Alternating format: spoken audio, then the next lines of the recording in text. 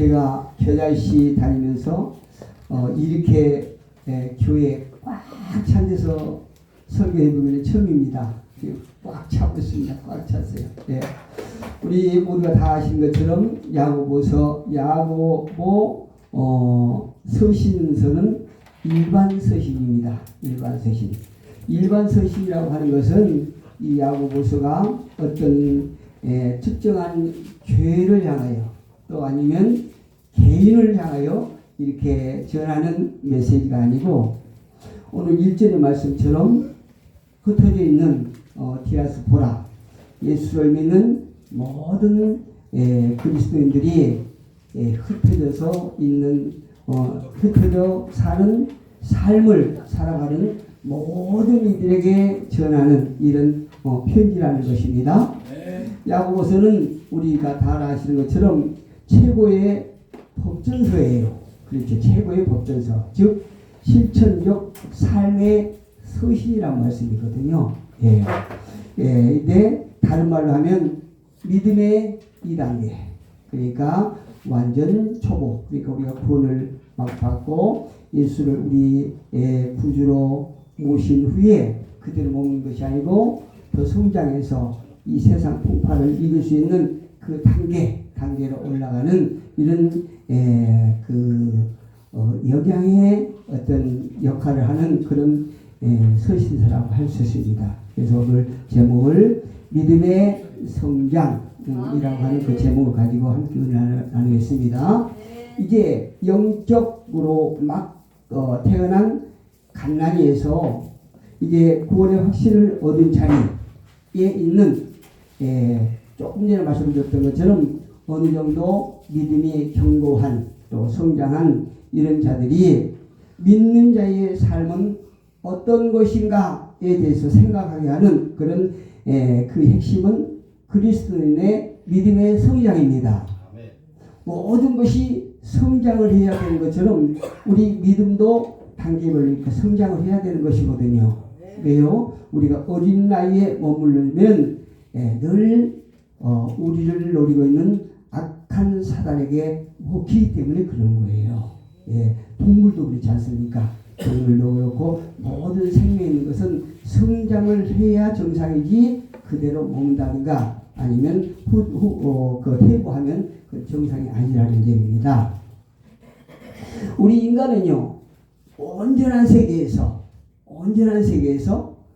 영원히 살기를 원하는 어떤 내적인 욕구가 있습니다. 이 세상은 항상 바람이 있지요. 바람이 있는데 이 땅에 사는 모든 이들은 누구나 알 것 없이 모두가 그 바람을 맞을 수밖에 없어요. 그래서 우리 인간은 본능적으로 이렇게 바람을 맞지 않는 그러니까 온전한 세계에서 영원히 살 수 없을까 이런 걸 늘 꿈꾸면서 그런 생각을 하게 하는 그런 본능이 우리 내면에 있다는 얘기거든요. 그러나 우리가 인생을 살아보니까 그러던가요? 안 그래요. 그거는 내 희망일 뿐이고 내 기대일 뿐이에요. 이 땅에 살면 어떤 사람도 다 어려움을 겪게 돼 있습니다. 시련을 겪게 돼 있어요. 대략 우리가 겪는 시험과 시련은 얼마 정도 될 것 같습니까? 우리 함께 예배하신 여러분이 생각하실 때에 우리가 이 땅에 사는 날 동안 혹은 짧게 사는 분도 계시고 혹은 오래 사는 분도 계시겠지만 그 사는 날 동안 시험과 시련을 어느 정도 될 것 같아요. 오늘 본문 2절에 보니까 내 형제들아 너희가 여러 가지 시험을 당하거든 이렇게 기록되어 있지요. 우리가 이 땅에 머문 동안 수없이 많은 시험을 당하는 거예요. 우리가 몇 가지라고 할 수 없을 정도로 많은 시험을 당하게 되는 거예요. 어떤 이는 질병으로 시험을 당하고 시련 속에 고통하고 또 어떤 이들은 뜻하지 않은 사고로 이렇게 정말 견딜 수 없는 고통 가운데 슬픔에 잠겨있는 심령들도 있어요. 이 땅에서 우리가 살아가면서 가장 내면으로 상처를 받고 가장 깊은 슬픔을 당하는 사고가 사랑하는 사람을 잃어버릴 때라고 하거든요. 그게 우리가 이 땅에 살면서 사랑하는 아내를 잃어버리고 남편을 잃어버리고 혹은 자식을 잃어버리는 이런 슬픔, 이거는 겪어보지 않는 사람들은 그 감을 어떻게 말할 수가 없을 정도로 이런 많은 고난을 당하게 됩니다. 이런 고난 가운데 낙담하고 패배를 수없이 경험하면서 우리가 살아요. 막상 오늘도 이렇게 예배장소에 와서 보니까 이곳이 천국이지 않습니까? 그런데 그 천국을 경험할 수 있는 시간은 어쩌면 잠깐일 수밖에 없어요. 우리가 예배를 드리고 나면 또 이 교회 문을 나가게 되면 다시 우리가 지난 과거에 겪었던 슬픔의 고통, 또 앞으로 내가 어떤 시험거리에 내가 시달릴까, 이런 염려가 우리를 다시 실망으로 좌절로 우리를 끌고 갈 수도 있다는 얘기입니다. 욥기에서 그래서 욥은 말하기를 욥기서 5장 7절에서 사람은 고생을 위하여 태어났으니 그럴 거예요. 어떤 사람도 이해가 없어요. 사람은 인간인 이 땅에 태어나는 그 순간 고생을 위해서 태어났다고 욥이 말했어요. 그렇다면 시험의 근원은 무엇일까요? 시험은 어디서 오는 것일까요? 물론 시험은 지금 오늘 제가 말씀드리는 그 방향 다른 곳에서 올 수도 있어요. 그런데 오늘 저희들 이 본문에 충실하시자고요. 오늘 이 야고보서 1장 13절 16절 보니까 우리가 시험을 겪는 그 근원을 얘기하고 있거든요. 13절에 보니까 이런 말씀이 있어요. 사람이 시험을 받을 때에 내가 하나님께 시험을 받는다 하지 말지니 하나님은 악에게 시험을 받지도 아니하시고 친히 아무도 시험하지 아니하시느니라. 그러면 어디서 시험이 온단 말입니까? 14절에 보니까 오직 각 사람이 시험을 받는 것은 자기 욕심에 끌려서, 자기 욕심에 끌려서 미혹됨으로 우리가 시험을 당하고 시련 속에 고통한다. 이렇게 야고보서 기자는 말하고 있습니다. 시험과 시련은 조금 다르지요. 그 의미가 다르지요. 시험은 지식이나 어떤 믿음의 척도 이런 따위를 평가받는 유혹의 의미가 있고요. 시련은 그 시험을 겪어내는 어려움이에요. 예, 그래서 우리가 내 속에 있는 가지고 있는 욕심에 이끌려서 미혹됨으로 우리가 시험을 당하고 그 시험을 겪어가는 어려움이 우리가 있다. 이렇게 말씀하세요. 여러분의 시험의 근원지가 어디라고 생각하십니까? 우리 모두가 시험을 당할 때에 어떤 분이 이렇게 말하세요. 물론 그게 맞을 수도 있어요. 그런데 오늘 본문에 입각해서 보면 그건 아니거든요. 아, 내가 지금까지 이렇게 어려움을 당하고 시험거리를 많이 당하고 한 것은 하나님께서 나의 신앙에 연단을 주시기 위해서 하나님께서 나를 시험하셨다. 이렇게 말하고 또 계시는데요. 오늘 이 본문은 전혀 달라요. 하나님께서 시험을 주시는 것이 아니고 오직 내 욕심에 이끌려서 미혹되었다. 이렇게 오늘 야고보서 기자는 말하고 있습니다. 그러니까 이 시험거리는 나로 인해서 생겼다는 거지요. 예, 오늘 야고보서 기자는 그 시험거리가, 그래서 우리가 고통스러워하는 그 시련을 당하는 것은 나의 욕심으로 인해서 미혹되어서 생기는 죄다. 이렇게 야고보서 기자가 정의하고 있는 것입니다. 그렇다면 이 책임은 누구에게 있습니까? 나에게 있지요. 예, 그 책임은 시험을 당하는 것은 나에게 있다는 거죠. 물론 성경의 다른 곳에도 보면 이 시험은 하나님께서 우리를 테스트할 경우도 있어요. 이 시험은 참 우리가 당해볼 만하지요. 예, 이런 자에게는 정말 더 시험을 우리의 신앙을 더 업그레이드 시키기 위해서, 더 장성한 분량이 되기 위해서 하나님께서 우리의 믿음을 테스트하는 것이고, 오늘 이 야고보서 기자는 우리가 시험을 당할 때 그 근원은 나로 인해서 내 속에 욕심을 채우기 위해서 시험을 당하고 있다. 이렇게 정의하고 있는 것입니다. 우리는 자기 욕심에 따라서 욕심에 미혹되어서 시험을 가지고 하나님께서 나를 연단시키기 위해서 주신 것이라고 나를 합리화시킬 경우도 있어요. 저도 교회를 하면서 많은 어려움을 당했거든요. 그런데 그때마다 때로는 이 시험거리가 나의 어떤 부족을 위해서 오는 것이다 하는 것을 알지만, 깨달지만 어떤 내 속에서 그거를 시인하기 싫어서, 내가 그거를 고백하기 싫어서 하나님께서 나를 연단하기 위해서 이 시험거리를 주셨다. 이렇게 나를, 내 자신을 합리화시킬 때가 있었다는 거죠. 아멘. 예. 우리는 세상을 살아가면서 우리 눈앞에 수없이 많은 미끼나 유혹을 당할 때에, 그러나 우리는 그 미끼를 따라서 이리저리 끌려다니면 안 된다는 것입니다. 아멘. 이것이 내가 당하고 있는 것이, 내가 하나님 앞에 그토록 마음과 뜻과 정성을 다해서 내가 하나님을 바라보고 있는데 지금 내가 당하고 있는 시험거리가 어디서 오는 것인가, 이거를 우리는 분별할 수 있는 영적인 눈이 띄어야 됩니다. 그 분별하여서 우리는 나로 인해서 시험거리를 당하는 이런 죄를 범함으로 또 그것에 이리저리 끌려다니다가 내 인생을 멸망으로 내가 스스로 가는 이런 우를 범하지 않기를 주님의 이름으로 축복합니다. 그런데 이와 같은 시험은 모든 그리스도인들이 겪는 일이라고 야고보서 기자는 말하고 있어요. 야고보서 1장 19절 22절 보니까 이렇게 기록합니다. 내 사랑하는 형제들아, 너희가 알지니 사람마다 듣기는 속히 하고 말하기는 덜이하며 성내기도 덜이하라. 이렇게 우리에게 권면하네요. 다시, 내 사랑하는 형제들아, 너희가 알지니 사람마다 듣기는 속히 하고, 듣는 것은 속히 하고, 말하기는 덜이하며 성내기도 덜이하라. 이렇게 말하고 있어요.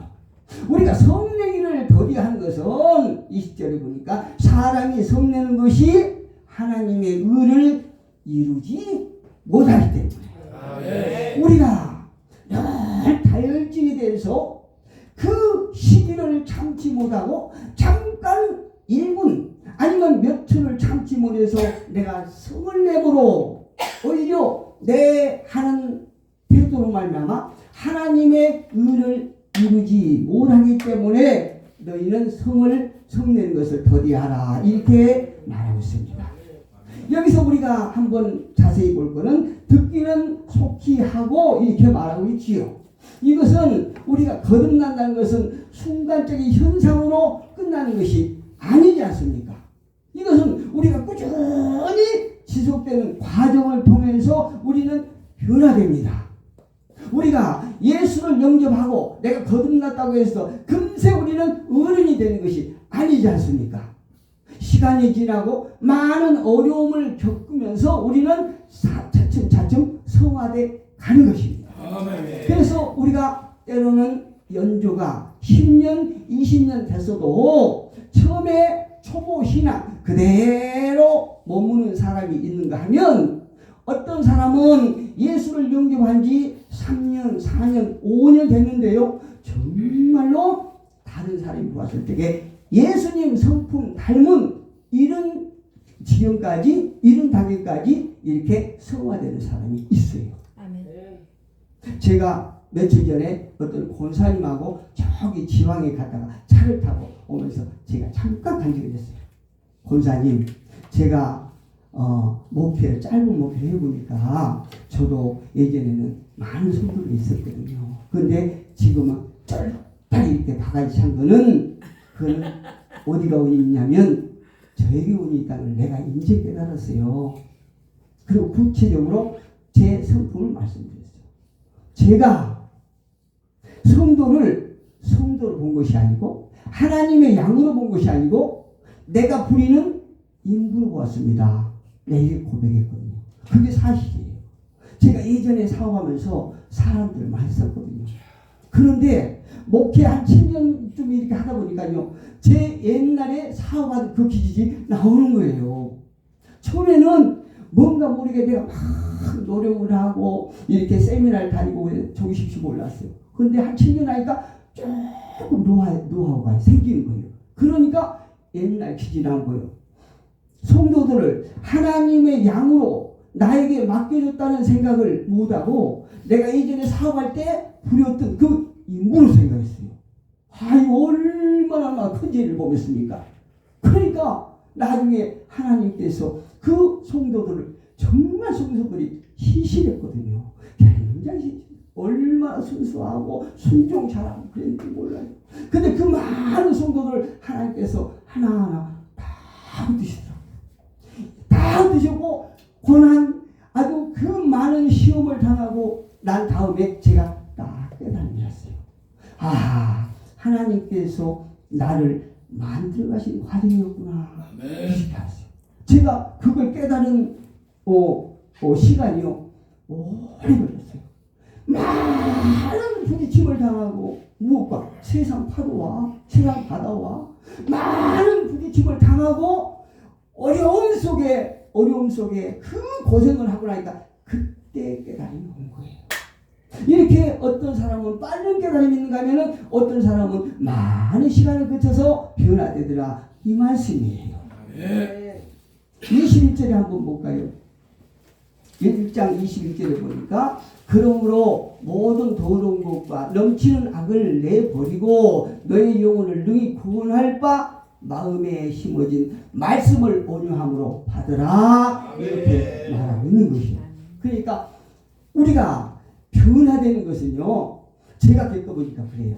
옛날에 저희도 부부가 제가 목회 세미나를 하고 교회에서 목회 세미나를 하고 이렇게 우리 이 목사가 은사시키다가 그랬거든요. 그때 많은 역사가 일어났어요. 아, 저는 영적으로 올라갈 때에 우리 이 목사가 막 이렇게 저녁 기도하는데 희한한 걸 제가 많이 경험했어요. 물론 하나님께서 저에게도 은사를 주셔갖고요. 아주 대단한 은사도 이렇게 행했었거든요. 그런데 알고 지금 다 지나가 보니까 많은 은사를 행했을지라도 그 자리에서 엎어지고 뒤집어지고 문제가 해결됐을지라도 인성은 변화 안 되더라는 얘기입니다. 오직 하나님의 말씀으로 하나님께서는 참 초한 성품들을 하나님의 성품으로 이렇게 변화시키더라 이 말씀이에요. 그 다음 하나님의 말씀은 어떤 것일까요? 히브리서 4장 12절에 보니까 하나님의 말씀은 살아있고 하나님의 말씀은 영이기 때문에 생명력이 있다는 얘기입니다. 살아있다는 것입니다. 살아있고 활력이 있어 좌우에 날선 어떤 근보다 예리하여 혼과 영과 및 관절과 골수를 찔러 쪼개기까지 하며 또 마음의 생각과 뜻을 판단하기 때문에 깨닫게 하고 심령과 골수를 찔러 쪼개서 사람을 변화시키기에 충분할 뿐만 아니라 그리스도인으로 성장하게 한다. 이렇게 히브리서 기자는 말하고 있더라고요. 왜 그럴까요? 저는 지금 우리 딸이요 교회를 잘 나왔어요. 근데 저하고 막 싸우고 난 다음에 시험 들어서 지금 안 나오거든요. 우리 만년 성도가 시험 들어서 안 나와요. 그래서 저는 단박지 않는 게 우리 딸이 모태신앙이에요. 모태신앙이라기 때문에 저희가 지금 시험 들어서 아빠한테 이렇게 반항하고 안 나오지만 그 안에 하나님의 말씀이 씨앗이 있기 때문에 우리가 보이지는 볼 수는 없지만 그 안에서 하나님의 말씀의 씨앗이 자라고 있을 것이다 하는 믿음이 있어요.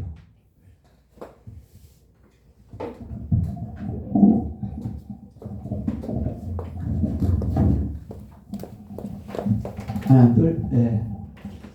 그렇다면 성장하지 못한 아직 영적 어린아이의 단계에서 젖이나 먹어야 할 자는 어떤 자일까요?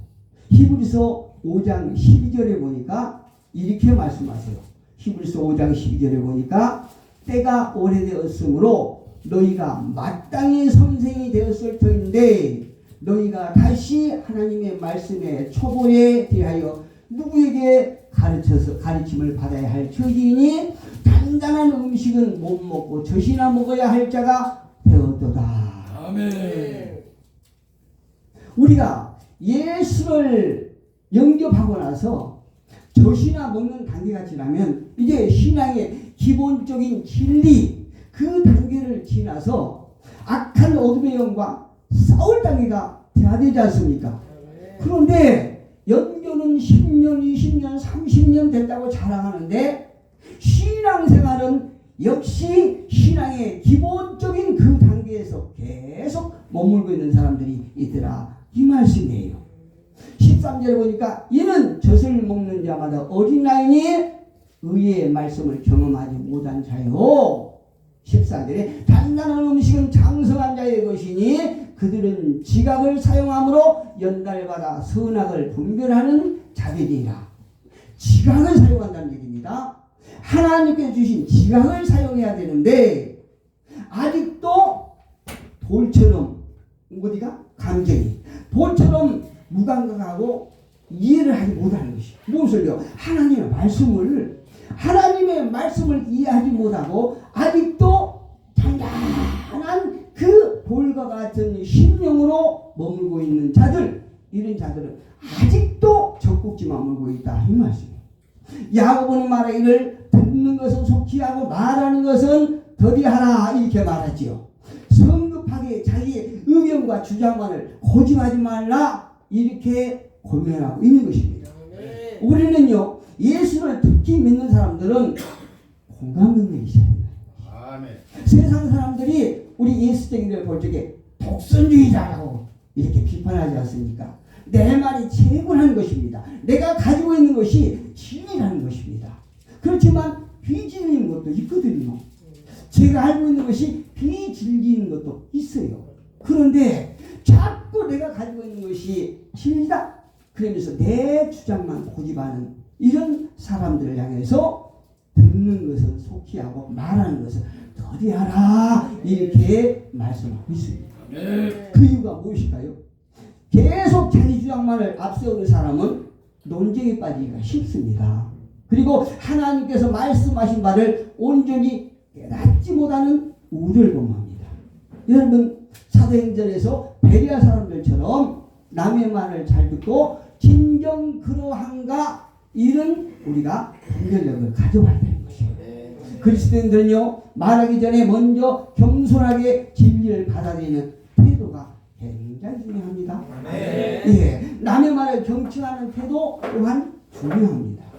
특히 성내기를 더디하는 것은 분노가 증오로 인하여 자기의 마음을 보존하지 못하고 결국에는 하나님의 의를 이루지 못하기 때문이다. 이렇게 야고보서 1장 20절에서는 우리에게 경고하고 있는 것입니다.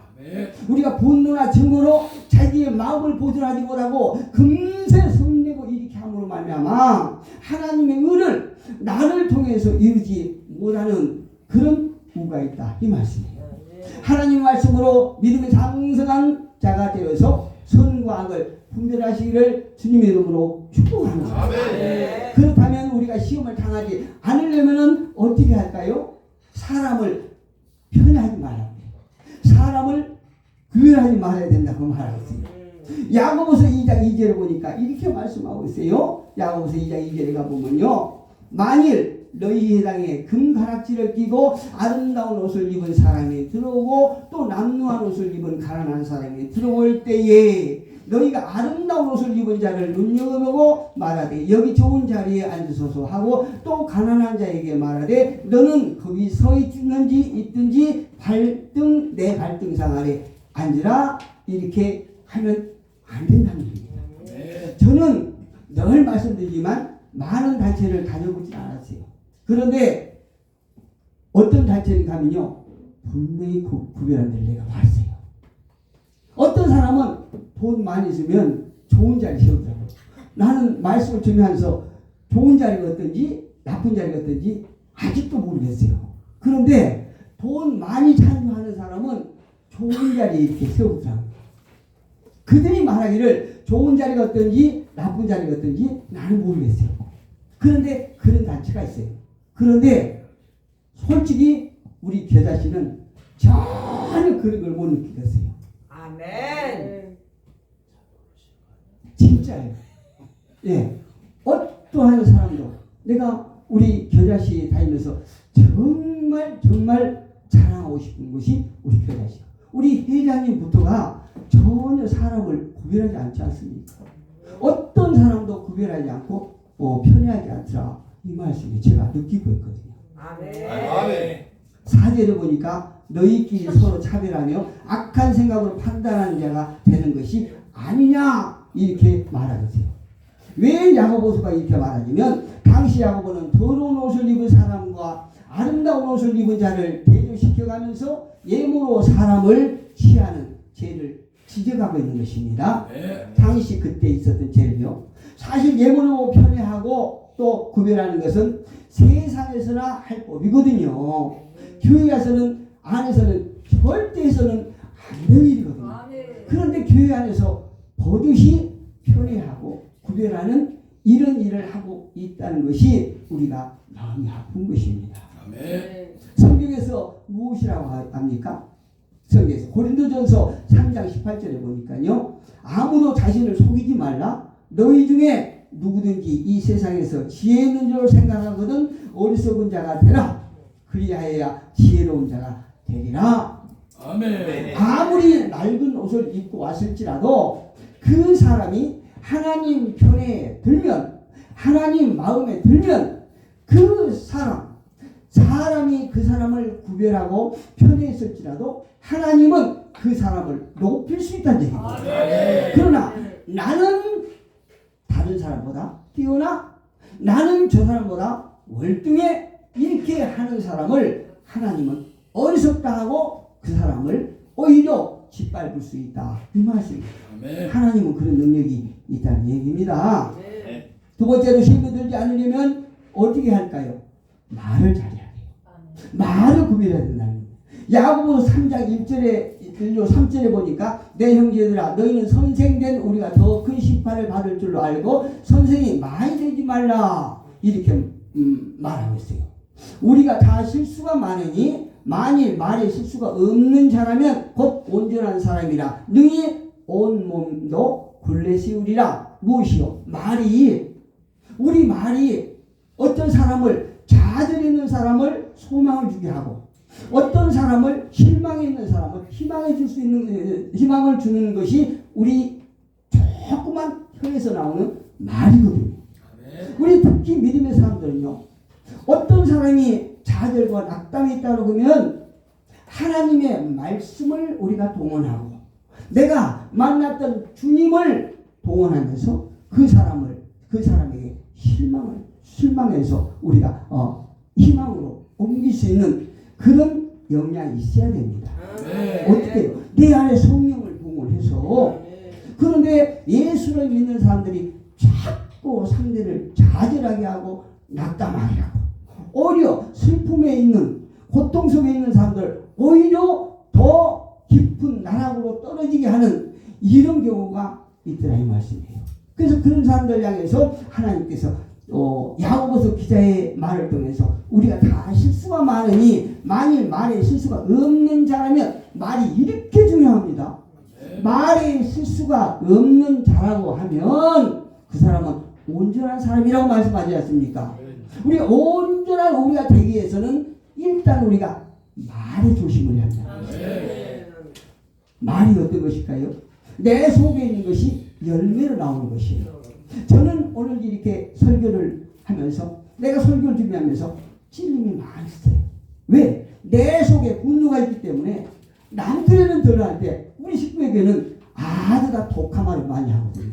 근데 그러고 나서 자꾸 이렇게 후회를 해요.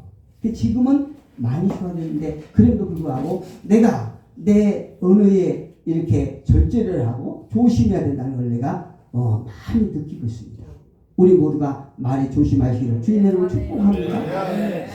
영신호가 언어편에 보면요. 입과 혀는 화와 근심의 근본이며 몸을 망하게 하는 도끼다 이렇게 말하고 있어요. 말로 천냥비를 갚는다고 그러지 않습니까? 이런 속담이 있듯이 말은 사람에게 많은 이익을 주기도 하고 피해를 주기도 하는 것이 말이에요. 우리의 혀입니다. 우리가 말로 사람을 살리는 사람이 돼야지 말로 사람을 잡는 사람이 되면 안 된다는 거죠. 특히 사람의 혀는 한 입으로 두 말을 하는 이중성을 가지고 있습니다.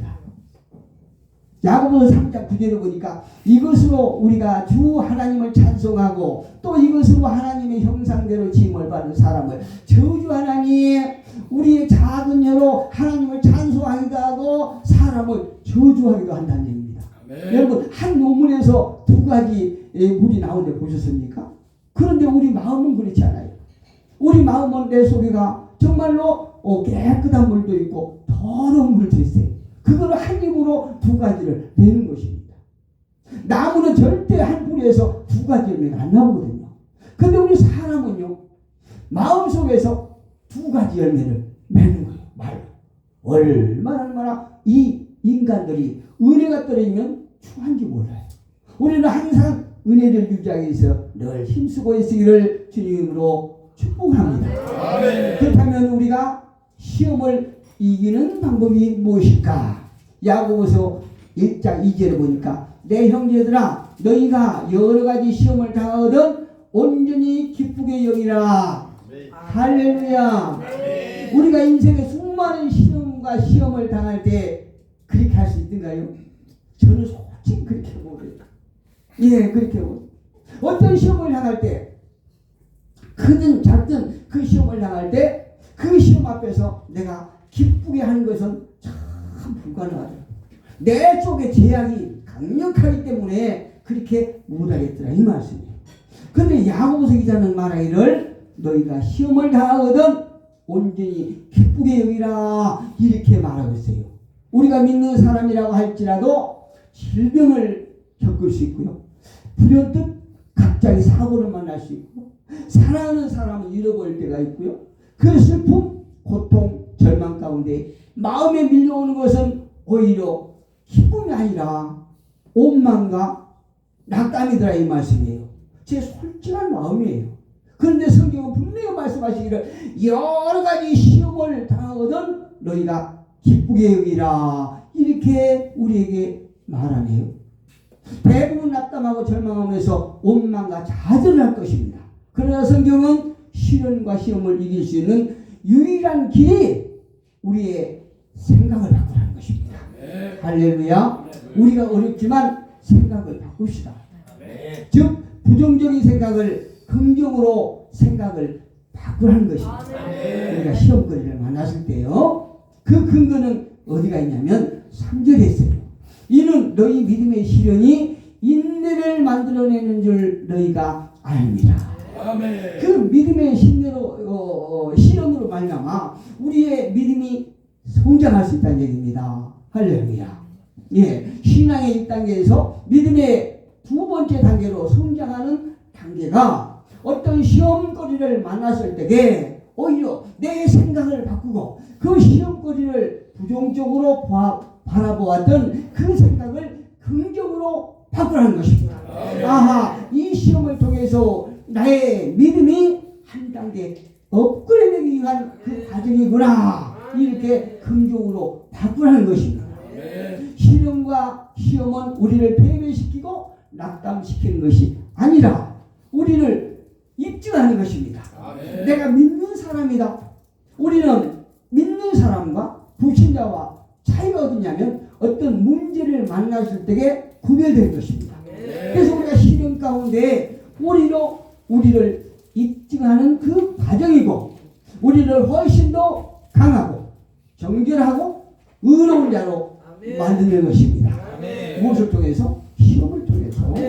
예, 인내라는 말은 견고하고 참을 수 있고 오래 참는 것을 의미하지 않습니까?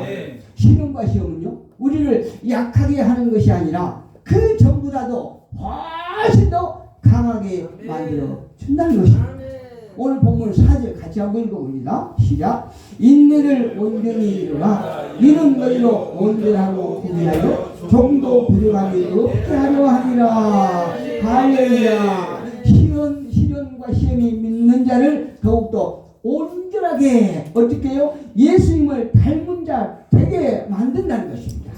그것은 다시 한번 그리스도의 장성한 분량까지 끌어 올려준다는 얘기입니다. 요번 말합니다. 23장 10절에서 나의 가는 길을 오직 그가 하시나니 우리가 어떤 시험을 나갈지라도 하나님은 다 알고 계신다는 것입니다. 만약에 내 욕심으로 만나는 시험이라 할지라도 하나님은 그 시험을 다 알고 계신다는 얘기입니다. 그가 하시나니 그가 나를 단련하신 후에는 내가 정금같이 나오리라. 할렐루야. 로마서 5장 3절 4절에서 사도 바울은 로마서 교회 성도들에게 오늘 축복교회에서 예배드리는 모든 이들에게 이렇게 말씀하세요. 우리가 환난 중에도 즐거워하나니 이는 환난은 인내는 연단은 소망을 이루는 줄 암이라. 시험과 시험을 통하여 주님께 더욱 가까이 가는 저와 여러분들이 있으를 주님을 축복합니다. 나는 시험과 시험을 우리는 가볍게 판단할 때가 있지만 그러나 시련을 당하는 사람 입장에서는 힘들고 고통스러운 것입니다. 그러나 고린도전서 10장 13절에 사람이 감당할 시험 밖에는 너희가 당하는 것이 없나니 오직 하나님은 미쁘사 너희가 감당치 못할 시험 당함을 허락지 아니하시고 시험 당할 즈음에 또한 피할 길을 내사 너희로 능히 감당하게 하시느니라. 할렐루야. 우리가 시련과 시험을 통하여 온전해진다는 것은 사람이 완전한 상태가 된다는 것이 아니라 시험을 통해서 우리가 가야 할 목적이 완전해진다는 것입니다. 그 시험을 통해서 우리가 가야 할 방향 설정을 제대로 할 수 있는 우리에게 능이 생긴다는 얘기입니다. 이제 우리 자신을 거룩한 백성으로 감당하기 위하여 적합한 자질을 시험을 통해서 우리가 갖추게 될 것입니다. 그때는 저와 여러분은 더 큰 일을 할 수 있는 제목이 되는 것입니다.